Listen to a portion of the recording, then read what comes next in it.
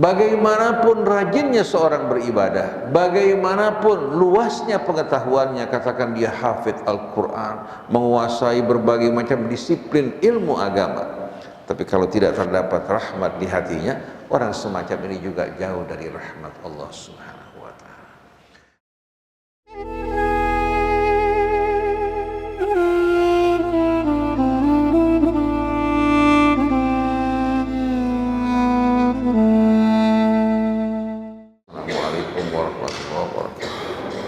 Hamdan katsiran tayyiban mubarakan fi kama yuhibbu rabbuna wa yarda. Allahumma salli ala Muhammadin wa ali Muhammad. Assalamu alayka ya Rasulullah. Assalamu alayna wa ala ibadillahi salihin. Wassalamu alaikum warahmatullahi wabarakatuh. Alhamdulillah wa syukurillah. Setelah perjalanan Ramadan yang singkat, kita merasakan betul-betul kesedihan karena perpisahan dengan Ramadan. Bagi orang-orang yang beriman, saat-saat Ramadan merupakan saat yang paling indah untuk mendekatkan diri mereka kepada Allah, di mana nafsu mereka pada saat tersebut terkendali dan hati fokus tertuju pada Allah Subhanahu wa ta'ala. Seusai Ramadan kita memasuki Idul Fitri, mudah-mudahan Allah Subhanahu wa ta'ala kembalikan jiwa kita semua ke dalam fitrahnya yang suci bersih, dapat memulai langkah-langkah kita di masa akan datang, melangkah di atas jalan yang Allah ridhai, berjuang di jalannya, mengabdikan hidup kita untuk Allah, tidak menjadikan dunia sebagai tujuan dan perhatian yang terbesar. Saya ucapkan taqabbalallahu minkum wa minna wa ja'alana wa iyyakum minal aidin wal faizin wa a'adahu Allahu alaina wa alaikum bil yumni wal iman was salamati wal islam wa ghufranidz dzunub wal audati ilal fitrah kama fatarallahu tabaraka wa ta'ala alaiha. Para jamaah yang dimuliakan Allah, tadi Ustadz Hamzah telah berbicara hadirin sekalian mengenai hal yang penting untuk menjaga, memelihara keutuhan persatuan di antara kita yang didasari betul-betul dengan iman kepada Allah, kepada hari akhir, dan kita kelak akan mempertanggungjawabkan semua ucapan dan perbuatan kita. Apalagi kita hidup bukan bersama orang-orang asing, tapi bersama saudara-saudari kita yang diciptakan oleh Allah Subhanahu wa ta'ala dari entitas yang sama. Allah Subhanahu wa ta'ala namanya yang paling menonjol Ar-Rahman Ar-Rahim.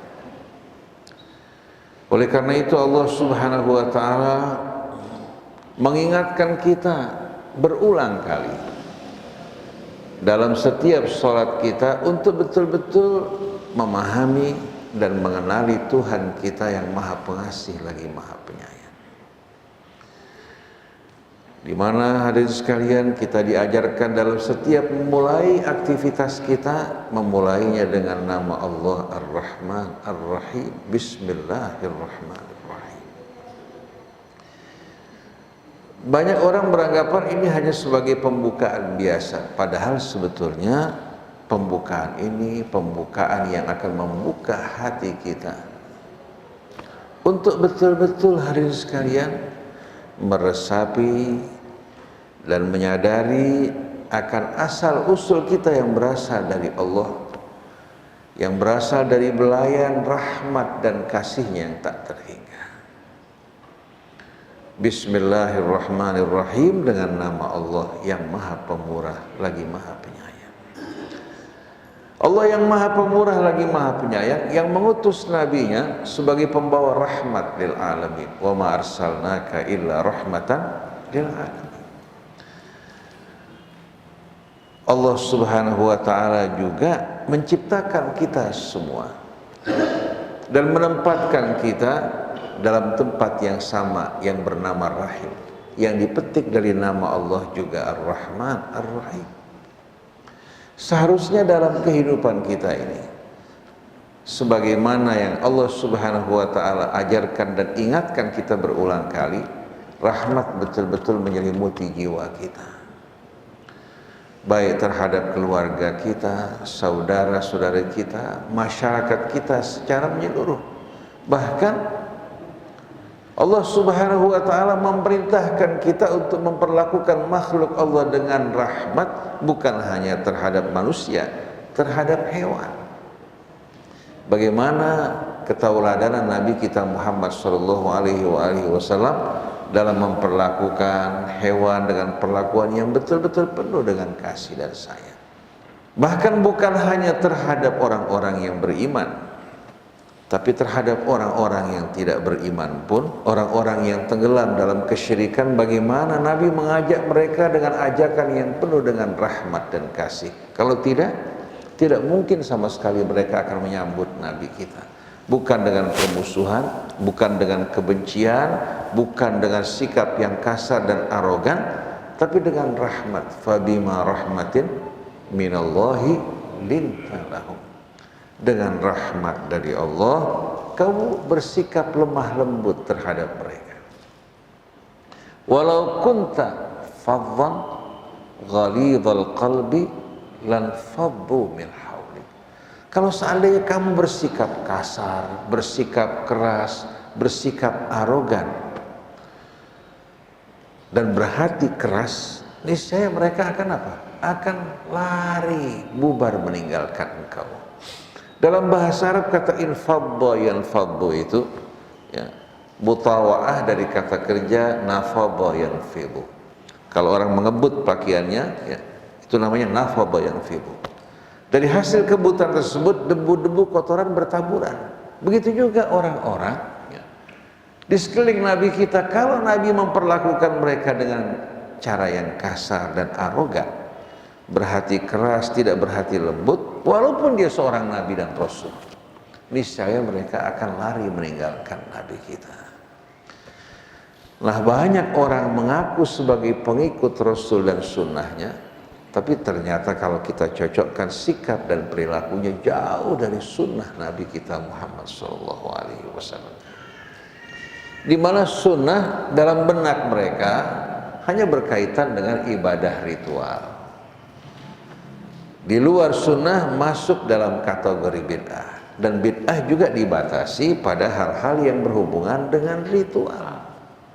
Padahal sebetulnya ya, yang dinamakan sunnah itu manhaj Nabi kita Muhammad SAW yang mencakup seluruh aspek kehidupan kita. Tidak ada satupun dari sisi kehidupan kita yang tidak mendapatkan contoh ketauladanan Nabi kita, baik sebagai kepala rumah tangga, sebagai ayah, sebagai seorang pemimpin, sebagai seorang jenderal di medan perang, sebagai seorang pendakwah yang mengajak manusia ke jalan Allah. Terdapat contoh-contoh yang begitu indah. Laqad kana lakum fi Rasulillah uswatun hasanah. Oleh karena itu Nabi merupakan sosok yang seluruh kehidupannya merupakan suri tauladan bagi kita. Bukan hanya sebatas hal-hal yang berhubungan dengan ritual. Walaupun jidatnya hitam, walaupun dia bangun malam, puasa di waktu siang, tapi tidak sama sekali meneladani Nabi kita dalam perilakunya, orang ini tidak termasuk dalam kategori orang-orang yang meneladani Nabi kita Muhammad SAW. Jadi sekarang kata sunnah itu hanya sebagai atribut saja. Sebagaimana Islam bukan lagi sebagai lambang berserah diri kepada Allah, tapi hanya sekedar nama, identitas yang kita tuliskan di KTP kita, atau di tengah-tengah masyarakat dikenal sebagai orang Islam, tapi tidak menunjukkan penyerahan yang betul-betul murni kepada Allah Subhanahu wa Ta'ala. Jadi rahmat dalam agama kita ini ya, sebagaimana yang Allah Subhanahu wa taala terangkan dalam kitab sucinya melalui praktek ibadah kita, melalui nabi yang diutus sebagai pembawa rahmat bagi seluruh alamin, juga melalui asal usul kita yang ditempatkan di tempat yang bernama rahim, yang dipetik dari nama Allah Ar-Rahman Ar-Rahim. Berarti ciri ya, yang paling menonjol dari agama kita adalah rahmat. Bagaimanapun rajinnya seorang beribadah, bagaimanapun luasnya pengetahuannya, katakan dia hafidz Al-Quran, menguasai berbagai macam disiplin ilmu agama, tapi kalau tidak terdapat rahmat di hatinya, orang semacam ini juga jauh dari rahmat Allah Subhanahu wa ta'ala. Oleh karena itu, Bismillahirrahmanirrahim bukan hanya sekedar pembukaan biasa, tapi di sini hadirin sekalian mengingatkan kita bahwa kita sebetulnya berasal dari rahmat Allah yang maha pengasih lagi maha penyayang. Maka kita memulai aktivitas kita juga dengan menyebutkan kedua nama tersebut. Oleh karena itu kelanjutan dari ayat ini, Alhamdulillahi Rabbil Alamin, puja-puji seluruhnya kita persembahkan kepada Allah Subhanahu wa ta'ala. Dan kalau kita perhatikan ya, penempatan dari kata alhamdu ini bukan hanya terbatas nikmat kecil yang berhubungan dengan kita, tapi menyakup seluruh ciptaan Allah Subhanahu wa ta'ala, begitu pula seluruh kebijakannya di alam raya. Oleh karena itu Allah ingatkan kita, Alhamdulillahi Rabbil Alamin. Maha suci Allah Subhanahu wa ta'ala, segala puji baginya kita persembahkan teruntuk Allah Rabbil Alamin. Di samping dia pencipta, pengasuh, pemelihara ya, seluruh makhluk di alam raya, dan kita sebagai manusia mendapatkan perhatian dan pendidikan yang terbesar dari Allah Subhanahu wa ta'ala. Oleh karena itu semua yang datang dari Allah adalah rahmat yang layak betul-betul apa? Untuk kita panjatkan puja-puji seutuhnya kepada Allah Subhanahu wa ta'ala. Hingga Nabi Ibrahim ya, dalam talbiyahnya sebagaimana yang diriwayatkan, beliau berkata, labbaik Allahumma labbaik, al khairu minka wasyarru laisa ilaik. Labbaik di sini menggambarkan dia bergegas-gegas menyambut panggilan Allah. Kebaikan seluruhnya berasal dari Engkau ya Allah. Oleh karena itu beliau layak untuk menerima puja-puji dari seluruh makhluknya. Alhamdulillahi Rabbil Alamin. Wasyarru laisa ilaik, sedangkan keburukan tidak kembali kepada Engkau. Keburukan muncul sebagai akibat dari pelanggaran manusia, dari penyimpangan manusia dari tuntunan dan ajaran Allah. Seorang bertanya, Ustaz, kalau memang semua yang datang dari Allah kebaikan, Allah menciptakan iblis? Kenapa Allah menciptakan berbagai macam penyakit yang mewabah di tengah-tengah manusia? Jawabannya, apakah betul Allah yang menciptakan semua itu? Ada nggak dalam Al-Quran yang menyebutkan Allah menciptakan iblis? Ada nggak? Ada nggak Ibu? Yang ada Allah menciptakan jin, manusia, dan malaikat. Betul tak? Dan iblis ya berasal dari bangsa jin. Cuma disebabkan karena pembangkangan dan penentangannya, dia mendapatkan nama iblis. Iblis kata sifat, bukan kata benda. Dan kata ini tidak hanya berlaku untuk apa? Jin, berlaku juga untuk manusia yang memiliki perangai yang serupa. Kita katakan iblis. Oleh karena itu kata syaitan pun berlaku untuk jin, berlaku juga untuk manusia. Wa kadzalika ja'alna likulli nabiyyin aduwan syayatinal insi wal jinni yuhi ba'dhum ila ba'din zukhrufal qawli ghurura. Demikianlah kami jadikan bagi setiap nabi. Karena manusia sebagai khalifah, konsekuensi logisnya mereka akan memilih kebebasan memilih. Ada yang memilih jadi apa? Hamba Allah yang taat dan mulia. Ada yang memilih jadi syaitan. Itu konsekuensi logis dari apa? Status dia sebagai khalifah yang diberikan pilihan. Nah, kami jadikan di tengah-tengah kehidupan manusia sesuai dengan pilihan mereka, syayatinal insi wal jin. Syaitan dari kalangan jin dan manusia yang bekerja sama apa? Untuk menentang apa yang dibawa oleh Nabi dan menghiasi berbagai macam hal yang buruk menjadi indah. Sedangkan yang baik, yang dicintai Allah, mereka berupaya untuk membuat apa? Manusia tidak menyukainya, merasakan berat, merasakan tidak nyaman. Tapi begitu dia masuk ke dalam perintah Allah, mengikuti petunjuknya, dia akan merasakan betul-betul apa? Kebahagiaan dan ketenangan. Sedangkan maksiat memiliki pesona daya tarik yang tak terhingga. Jadi Allah menciptakan jin, menciptakan manusia. Nah, di antara jin dan manusia ada yang memilih untuk apa? Bersikap sombong, angkuh, menentang dan membangkang, maka mendapatkan gelar syaitan dan iblis.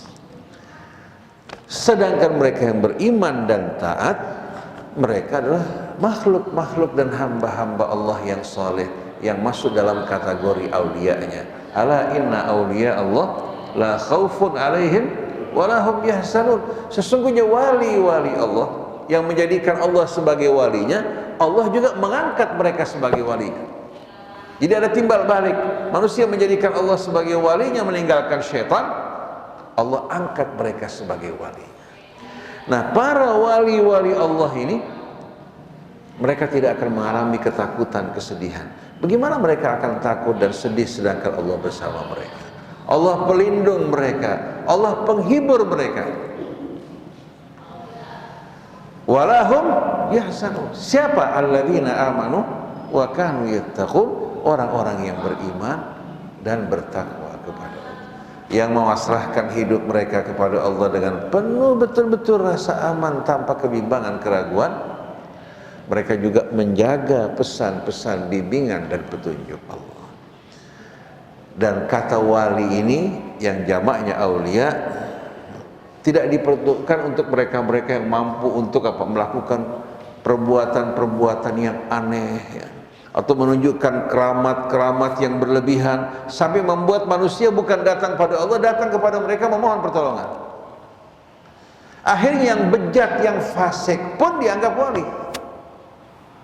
Ini yang menyedihkan. Padahal sebetulnya wali Allah terbuka bagi siapa saja yang ingin menjadikan Allah sebagai walinya, Allah akan angkat dia sebagai wali. Allahu waliyul ladzina, Allah yang akan jadi wali orang yang beriman. Yukhrijuhum minadh dhulumat ilan nur. Allah akan keluarkan mereka dari kegelapan menuju kehidupan yang terang benderang. Jadi ini bukan hanya diperuntukkan untuk siapa? Untuk mereka-mereka yang berkedudukan tinggi, tidak.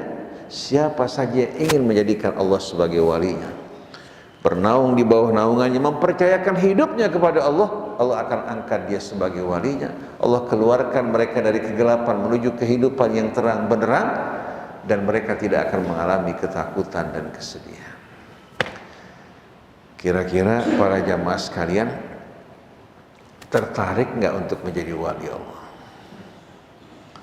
Jangan seperti sebagian orang hidup susah, sempit, ya, ingin tampil dan dikenal orang.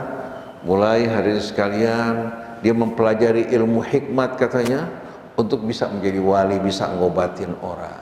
Akhirnya mereka kerjasama dengan jin ya. Mereka diperdayakan oleh syaitan karena mereka salah jalan. Tujuan mereka bukan untuk Allah. Padahal kalau tujuan mereka untuk Allah, Allah berikan segala-galanya untuk dirinya. Tapi sayang di tengah-tengah kita banyak masyarakat yang terpedaya dengan tipu daya syaitan semacam ini. Oleh karena itu saya ingat zaman-zaman saya belajar di pesantren, Al-Habib Abdullah bin Alwi Al-Haddad dalam bukunya An-Nasaih, dia mengatakan, kalau kamu lihat orang bisa terbang di langit tapi dia bermaksiat kepada Allah, ketahui bahwa dia syaitan. Jangan kalian percaya padanya. Jadi tolak ukurnya bukan apa? Bukan dengan keanehan-keanehan yang ditunjukkan. Malah kalau dibandingkan keramat mereka dengan kemajuan dalam bidang teknologi saat ini, lebih maju lagi. Betul tidak? Teknologi modern pada saat ini. Dalam bidang komunikasi jangan jauh-jauh. Kita bisa berbicara dari sini dengan orang di Amerika secara langsung tanpa ada jeda. Kita lihat wajahnya, kita dengarkan suaranya tanpa ada jeda waktu yang kita rasakan. Betul tidak? Dengan resolusi yang begitu luar biasa seperti yang Ustaz Abu Bakar pernah sampaikan kepada kita. Kalau ini terjadi pada zaman dulu gimana? Iran mampu untuk mengirimkan rudalnya dengan kecepatan yang luar biasa dahsyatnya menuju Israel, menempuh perjalanan 1400 km hanya dalam beberapa menit. 1400 km hanya dengan beberapa menit. Bahkan ada yang lebih canggih lagi, hanya dalam beberapa detik mencapai Israel. Amerika juga memiliki teknologi yang cukup canggih. Apakah berarti Amerika merupakan wali-wali Allah? Jadi jangan diukur dengan hal-hal yang aneh seperti ini. Tapi tolak ukurnya ketaatan dia kepada Allah dan ketakwaannya. Walaupun dia orang biasa, orang awam, dia taat pada Allah, bertakwa kepadanya, menjadikan Allah sebagai walinya. Hati-hati orang semacam ini, orang yang mendapatkan perlindungan, penjagaan dan karunia dari Allah. Tapi banyak ulama-ulama dengan kebesarannya, dengan jubahnya, dengan ilmunya, kalau kita perhatikan dari tutur katanya yang kasar, yang kotor, menghakimi manusia ke sana kemari, bukan mengajak, bukan mengobati, bukan memberikan solusi, tapi kafir, neraka. Ketahui ini sebetulnya merupakan antek-antek syaitan yang ingin mengeluarkan manusia dari rahmat Allah dan memasukkan ke dalam azabnya. Karena Allah Subhanahu wa ta'ala dalam Al-Quran selalu mengajak mereka dengan penuh cinta kasih. Coba renungkan firman Allah dalam surah Az-Zumar. Qul ya ibadiyalladzina asrafu ala anfusihim. Katakan wahai hamba-hambaku yang telah bergelimangan dosa, yang telah melampaui batas. La taqnatu min rahmatillah. Jangan putus asa dari rahmat Allah. Innallaha yaghfiru dzunuba jami'a. Sesungguhnya Allah akan mengampuni seluruh dosa. Allah ampuni semua dosa yang pernah kita lakukan asal kita datang kepada Allah mohon ampun, memperbaiki diri kita. Allah masukkan kita dalam rahmatnya dengan syarat kita belum sampai pada saat-saat sakaratul maut. Innahu huwal ghafurur rahim. Sungguh dia maha pengampun lagi maha penyayang. Ketika ayat ini turun, Rasulullah betul-betul merasa bahagia yang luar biasa. Jadi betapapun besarnya dosa kita, jangan kita berkecil hati, jangan berputus asa. Seperti yang Busiri ucapkan, ya nafsu la taqnati min zallatin azumat, innal kabaira fil ghufrani kalamami. Wahai jiwa, wahai manusia, jangan kalian berkecil hati, berputus asa dari dosa bagaimanapun besarnya. Karena dosa besar di mata Allah, bagi orang yang datang mohon ampun, bagikan dosa kecil yang tidak berarti. Tapi waspada, dosa kecil yang berulang-ulang kita lakukan dengan meremehkan Allah, jangan lihat dosanya, lihat Allah yang kita remehkan. Bisa menjadi besar hadirin sekalian. Tapi dosa bagaimanapun besar, seorang hamba datang menyesal di hadapan Allah Subhanahu wa ta'ala, bahkan dia menangis, dia berharap Allah menerima ampunan dan taubat, ya Allah akan ampuni. Jadi kesempatan terbuka bagi kita untuk kembali pada Allah. Dan tidak pernah Allah berkata kepada orang yang datang bertobat, kenapa baru sekarang, kemana aja selama ini, pernah? Atau Allah sambut dirinya dengan kata-kata yang kasar. Kenapa Tuhannya maha pengasih lagi maha penyayang, kenapa nabinya rahmatan lil alamin, tapi ternyata perilaku ulamanya justru apa? Tidak mencerminkan Nabi, padahal mengaku sebagai pengikut sunnah. Begitu juga orang yang mengaku sebagai pengikut keluarga Nabinya. Apakah cukup dia mengatakan saya pengikut keluarga Nabi? Tidak. Perilakunya yang dilihat, akhlaknya, ketakwaannya. Oleh karena itu jangan kita merasa bangga mengatakan kita sebagai ahlus sunnah wal jamaah, atau kita mengatakan kita sebagai pengikut keluarga nabinya. Semua ini tidak akan dilihat oleh Allah, yang dilihat bagaimana sikap dan perbuatan kita. Presiden Amerika mengatakan seorang menjadi seorang Jewish tidak harus berdarah Zionis, berdarah Yahudi. Dibilang saya seorang Jewish. Ini manusia bukan dilihat dari nasabnya. Orang Amerika yang muslim banyak, orang yang berkulit hitam di Afrika juga banyak yang beriman, betul tidak? Orang Indonesia pun demikian. Jadi orang dilihat dari walaknya. Kalau walaknya kepada Zionis walaupun dia orang Palestina, maka dia Zionis. Kalau walaknya kepada Zionis walaupun dia seorang Habib, Zionis. Tapi kalau walaknya kepada Allah, kepada Rasulnya, orang yang beriman, maka dia sebagai seorang mukmin yang layak untuk mendapatkan nama waliullah. Nah, kita lihat negara-negara Arab, kemana perginya mereka? Bagaimana sikap mereka di hadapan siapa? Di hadapan saudara mereka yang dibantai dan dianiaya. Dibantai dengan cara yang keji, sudah menduduki negeri mereka, merampas rumah mereka, menghabiskan semua fasilitas hidup mereka, membunuh secara brutal. Dalam peperangan terakhir sebanyak 40.000 orang yang menjadi korban, bukan militer yang dibunuh, wanita, anak-anak yang sedang berbaris untuk mendapatkan kebutuhan makan mereka, bahkan rumah sakit mereka hancurkan. Semua pelanggaran mereka lakukan. Kemana perginya negara-negara? Bahkan kita lihat kemarin Saudi melakukan intercept terhadap rudal yang ditujukan pada Israel. Yordania juga melakukan hal yang sama. Padahal Yordan di sebelah Israel menyaksikan saudara mereka dibantai, tidak berkotek. Tapi terhadap serangan Iran, mereka apa? Mereka melakukan protes yang berat. Padahal dalam hukum internasional perbuatan Iran dibenarkan karena Israel melakukan serangan terhadap kedutaan besar mereka di Suriah sama dengan menyerang Iran. Dan rudal tersebut bukan diarahkan kepada rakyat sipil, diarahkan kepada apa? Kepada daerah-daerah strategis militer mereka.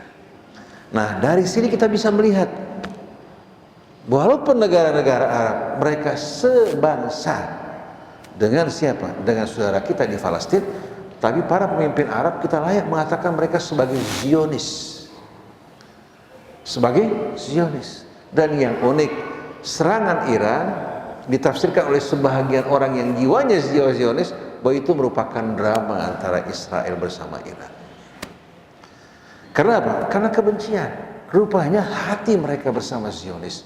Ada seorang tokoh sastrawan di Mesir, seorang juga yang banyak berbicara mengenai Islam. Ketika Israel mengalami kekalahan pada tahun 73, pada perang tahun 73, dia syok dan dia mati. Kenapa? Hatinya bersama Zionis.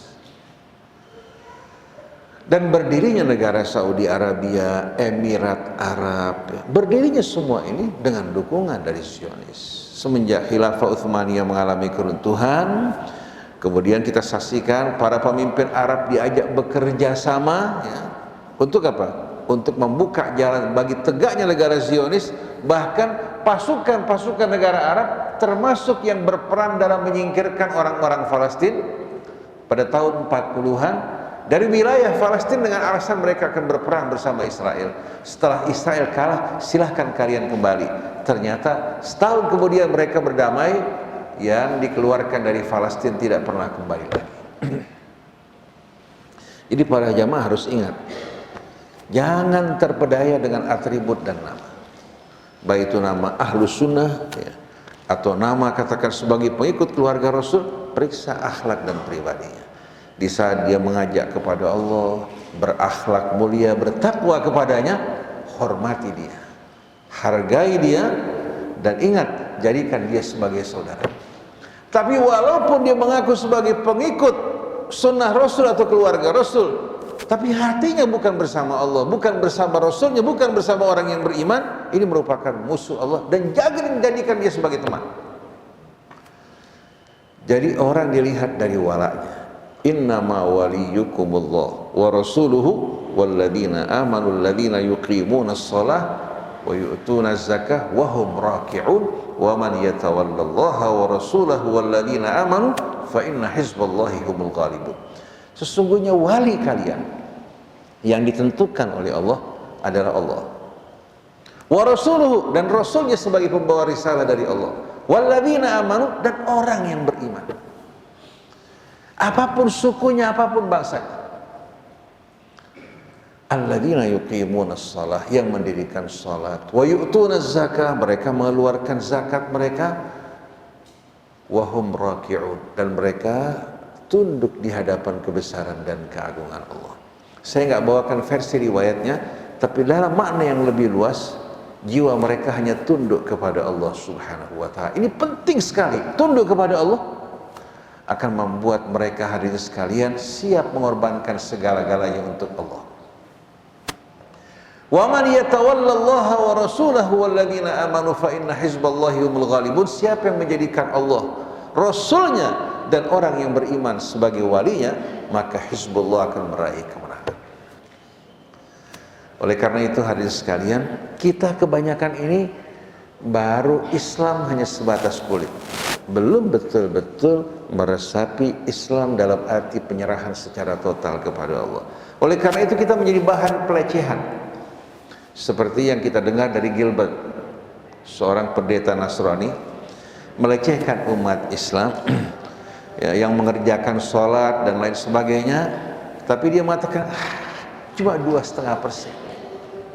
Kalau kita 10%. Ini pelecehan sebetulnya apa? Merupakan tamparan pada wajah umat Islam ya, yang memahami zakat itu dalam arti yang betul-betul apa? Jauh daripada bimbingan dan petunjuk Allah. Allah berfirman, wa mimma razaqnahum yunfiqun wa anfiqu mimma razaqnakum. Kira-kira kata infakkan sebahagian dari apa yang kami berikan kepada kalian. Kira-kira kata sebahagian ini masuk gak 2,5%? Kata sebahagian ya, dalam Al-Quran ini masuk gak kira-kira 2,5%? Akal sehat mengatakan 2,5% gak mungkin masuk sama sekali, betul gak? Yang salah bukan Islamnya, umat Islam yang pelit. Padahal kata 2,5% hanya berlaku untuk emas dan perak, sebagaimana diriwayatkan dari Amirul Mukminin, farada Rasulullah sallallahu alaihi wasallam fin naqdain adz-dzahab wal fiddah rub'ul usyur. Rasul tetapkan 1/40 emas perak yang kita simpan. Tapi kok kenapa dijadikan sebagai patokan untuk seluruh jenis usaha kita? Jadi kalau dengan 2,5% mungkin nggak kita menang dalam perjuangan? Mustahil. Oleh karena itu jangan kita cemburu pada Iran. Kalau seandainya mereka bisa memberikan dukungan kepada Yaman, kepada Hizbullah, kepada Hamas ya, dan perjuangan-perjuangan yang kira-kira membutuhkan bantuan. Padahal rakyat Iran hidupnya tidak berlebihan, sederhana, tapi mereka bisa memberikan dukungan untuk perjuangan Islam. Kenapa? Karena mereka mengeluarkan infak mereka bukan 2,5%, tapi 20% dari hasil gas, hasil minyak dipotong 20%. Begitu juga dari para pengusaha ya, setelah mereka mencukupi kebutuhan mereka, dikeluarkan 20% dari kelebihan kebutuhan mereka. Dari semua ini dikumpulkan, mampu untuk membuat hari sekarang mereka memerangi kemiskinan, memberikan juga bantuan untuk biaya pendidikan, melahirkan betul-betul apa? Melahirkan tokoh-tokoh pejuang-pejuang dari dana yang mereka infakkan, keluarkan. Kalau sekarang umat Islam begitu diminta untuk memberikan infak, sampai kapan Islam seperti ini? Coba lihat tuh umat Kristen, mereka nggak minta-minta, mereka tidak sadar bahwa Kristen mengeluarkan harta mereka. Umat Islam kikir, bahkan yang 2,5% pun mereka masih berusaha untuk akal-akalan. Setelah dipotong ini baru keluar 2,5%. Saya ingin tanya pada para jamaah, ketika Allah perintahkan kita mengeluarkan zakat untuk 8 golongan, pada masa Rasul tercukupi tidak? Fuqara, masakin, amirin alaiha, mu'allaf, kemudian wafir riqab wal gharimin wafis. Pada masa Nabi tercukupi tidak? tercukupi. Pada masa kita fuqara'ul masakin aja gak cukup. Ketika utusan diutus ke Yaman untuk mengumpulkan zakat dari apa? Dari orang-orang yang mampu diberikan pada yang tidak mampu. Ternyata sahabat kembali ke Madinah membawa apa? Sejumlah harta. Nabi mengatakan kami ini bukan orang-orang yang memungut pajak, tapi mengumpulkan zakat dari yang mampu dikembalikan pada yang tidak mampu. Mereka mengatakan kami sudah cukupi mereka, ini merupakan kelebihan. Yang berhutang dilunasi hutangnya, yang fakir miskin mendapatkan kebutuhannya, yang mu'alaf juga menerima bahagianya, sedangkan kita di Indonesia ingin berjuang dan menang dengan 2,5%. Begitu juga yang berlaku di Saudi Arabia dengan 2,5%, sedangkan selebihnya mereka gunakan untuk beriforia, bermewah-mewahan di tempat maksiat. Padahal kita tahu bahwa di dunia tempat kita diuji, dan setiap orang diuji sesuai dengan potensi yang Allah berikan. Seharusnya kalau kita merasa sebagai hamba Allah Ar-Rahman Ar-Rahim, Nabi kita juga merupakan rahmatan lil alamin, dan kita terikat dengan hubungan rahim di antara kita, seharusnya tidak berat bagi kita untuk berinfak. Jadi perlu hadirin sekalian, Gilbert fahami ya, insya Allah kita akan menjawab bahwa yang salah bukan Islam, yang salah umat Islam yang tidak memahami perintah dan petunjuk Allah Subhanahu wa ta'ala. Tapi kita ucapkan banyak terima kasih kepada Gilbert yang memberikan tamparan pada mereka-mereka yang sampai saat ini tidak memahami sama sekali apa petunjuk Allah dalam kitab. Jadi mari para jamaah sekalian, kita berusaha untuk menumbuhkan rahmat di hati kita. Dengan berbuat ihsan, berbuat kebaikan, rahmat akan tumbuh. Tapi dengan sikap kikir, rahmat lama-kelamaan akan apa? Akan melayu, kemudian akan hilang dari hati kita. Satu orang bercerita kepada saya, Ustadz, tadinya saya kalau dengar suara anak ayam mencari ibunya, suara anak kucing, saya punya hati betul-betul tidak tahan. Saya berusaha untuk bawa ini anak ketemu sama induknya. Tapi lama-kelamaan ketika saya bekerja dalam satu pekerjaan yang terdapat betul-betul sikap keras dan penindasan, rasa rahmat di hati saya hilang. Sampai saya nyaksikan orang menangis di hadapan saya, hati tidak sentuh. Sampai di satu malam, saya merasakan kalau seperti ini lama-kelamaan, saya bakal menjadi waliyadzubillah orang-orang yang dimurkai Allah. Langsung dia berhenti dari pekerjaannya, dia bertobat pada Allah Subhanahu wa ta'ala. Semenjak saat itu rahmat tumbuh kembali dalam hati. Jadi perbuatan aniaya, perbuatan zalim, bersikap kikir akan membuat rahmat di hati kita terkikis. Oleh karena itu, berkata baik, bersikap mulia, menolong sesama kita, bersilaturahmi, menumbuhkan rasa rahmat di hati kita. Begitu kita bersikap rahim terhadap sesama kita, Allah ingatkan, inna rahmatallahi qaribun minal muhsinin. Rahmat Allah dekat dari orang yang berbuat kebaikan. Irhamu man fil ardi yarhamkum man fis sama. Oleh karena itu para jamaah, sebagai penutup, pada awal suratun Nisa Allah berfirman, ya ayyuhan nas, bukan ya ayyuhalladzina amanu, wahai manusia, ittaqu rabbakumul ladzi khalaqakum min nafsin wahidah. Bertakwalah kalian kepada Rabb kalian. Allah enggak mengatakan ittaqullah, ittaqu rabbakum, mengingatkan bahwa Allah yang mencipta, yang merawat, yang mengasuh, yang membelai dan memelihara kita, yang telah menciptakan kalian min nafsin wahidah, dari satu entitas yang sama. Apapun latar belakang suku kita, bangsa kita, warna kulit kita, kita diciptakan dari asal usul yang sama. Wa khalaqa minha zawjaha, Allah ciptakan juga pasangannya dari asal usul yang sama, bukan dari iga laki-laki yang bengkok, bukan. Dari asal usul yang sama. Wa batha minhuma rijalan katsiran wa nisa, Allah kembangbiakan pria, wanita, bersuku-suku, berbangsa-bangsa dari asal usul yang sama, dari sepasang anak manusia yang berasal dari asal usul yang sama. Setelah itu Allah ingatkan, wattaqullaha alladzi tasaaluna bihi wal arham, bertakwalah kalian kepada Allah tempat kalian saling meminta. Wal arhama menjadi objek, wattaqul arhama, wattaqul arhama. Hati-hati, waspada kalian terhadap apa? Terhadap rahim-rahim kalian. Karena di antara yang akan menuntut kita di hari kemudian nanti adalah rahim. Begitu kita tiba di hari akhir, orang-orang yang menyia-nyiakan memutuskan rahimnya akan dituntut oleh rahim di hadapan Allah. Ya Rabbi, inna fulan qata'ani wa dayya'ani. Fulan memutuskan aku dan menyia-nyiakan aku. Maka celakalah orang-orang yang tidak menjaga hubungan rahimnya dalam kehidupan dunia. Nah, kita semua bukan hanya sebatas ayah, ibu, kakek, nenek, dan cucu, tapi kita semua terikat dengan hubungan rahim. Maka wajib diantara kita semua untuk menjaga hubungan kita satu sama lain. Innallaha kana alaikum raqiba. Sungguh Allah senantiasa mengawasi, melihat bagaimana perbuatan dan sikap kalian dalam menjaga hubungan rahim ini. Oleh karena itu, mari para jamaah sekalian, kita melihat sesama manusia sebagai saudara kita. Jangan hanya lihat suku kita, jangan hanya sama golongan kita, tapi melihat semua manusia sebagai saudara kita. Semua kaum muslimin merupakan orang-orang yang wajib untuk kita bela, kita lindungi, dan mereka merupakan wali-wali kita, sebagaimana kita juga merupakan wali mereka.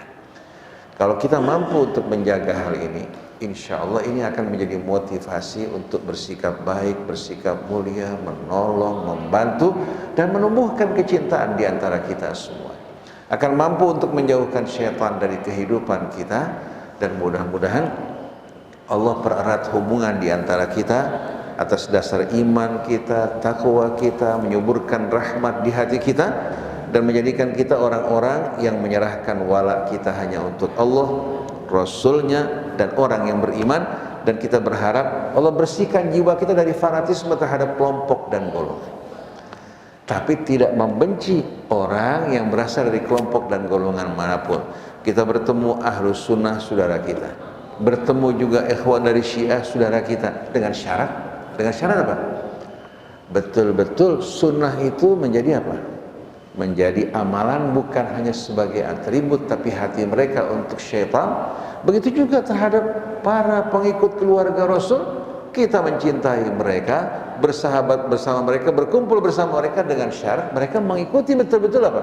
Keluarga Rasul di atas, yang menjaga betul-betul kehidupan mereka sejalan dengan kitab suci Al-Quran, sejalan dengan sunnah Nabi-Nya. Sebetulnya munculnya apa? Pemisahan ini berasal dari syaitan dan wali-wali syaitan. Kita tidak mengakui sama sekali ada perbedaan di antara mereka. Islam, iman menyatukan di antara kita semuanya. Cuma memang sebagian orang walaupun hatinya sudah ingin bersatu, takut. Takut kenapa? Takut tadi dijauhin, takut dimusuhin. Oleh karena itu nggak heran kalau seandainya kita dengan Rasil selalu menjadi apa? Serangan radio Syiah, Ustadz Syiah. Kenapa? Masalahnya mereka gunakan ini sebagai cara pembusukan. Cara apa? Pembusukan. Orang-orang yang busuk selalu menyukai hal-hal yang busuk. Nah, kita tidak ingin sama sekali menyebarkan hal yang busuk, berkata yang busuk, tapi kita ingin membawa rahmat, mengajak kepada Allah, mengikuti Rasulnya, mencintai keluarga Rasulnya, mencintai juga sahabat-sahabat Nabi kita. Alhamdulillah, sebagai penutup, di Saudi Arabia mulai muncul secara sembunyi-sembunyi Madrasatul Al wal Ashab, madrasah keluarga Rasul dan sahabat Rasul. Ini upaya-upaya yang dilakukan oleh sebagian ulama-ulama mukhlisin, tidak menginginkan lagi kita diadu domba dan dipecah belah. Akhirnya Palestina dikhianati, diganggu, kita sibuk berpecah belah. Pantas nggak kita ribut masalah-masalah furu? Saudara kita Palestina dibantai, kita diam. Jadi bohong orang yang mengatakan sebagai pengikut sunnah Rasul, atau orang yang mengatakan kami pengikut keluarga Rasul, tapi mereka mengabaikan saudaranya yang teraniaya. Demikianlah para jamaah hadirin hadirat yang dirahmati Allah, dalam suasana kita uat atau halal bihalal, mudah-mudahan kita bisa berkumpul lebih erat lagi, jauh daripada kefanatikan, jauh dari akhlak yang buruk. Mudah-mudahan buah-buah dari Ramadan dapat terus kita rasakan sampai Ramadan yang berikutnya. Subhanakallahumma wa bihamdik asyhadu an la ilaha illa anta astaghfiruka wa atubu ilaik wal afu minkum. Wassalamualaikum warahmatullahi wabarakatuh.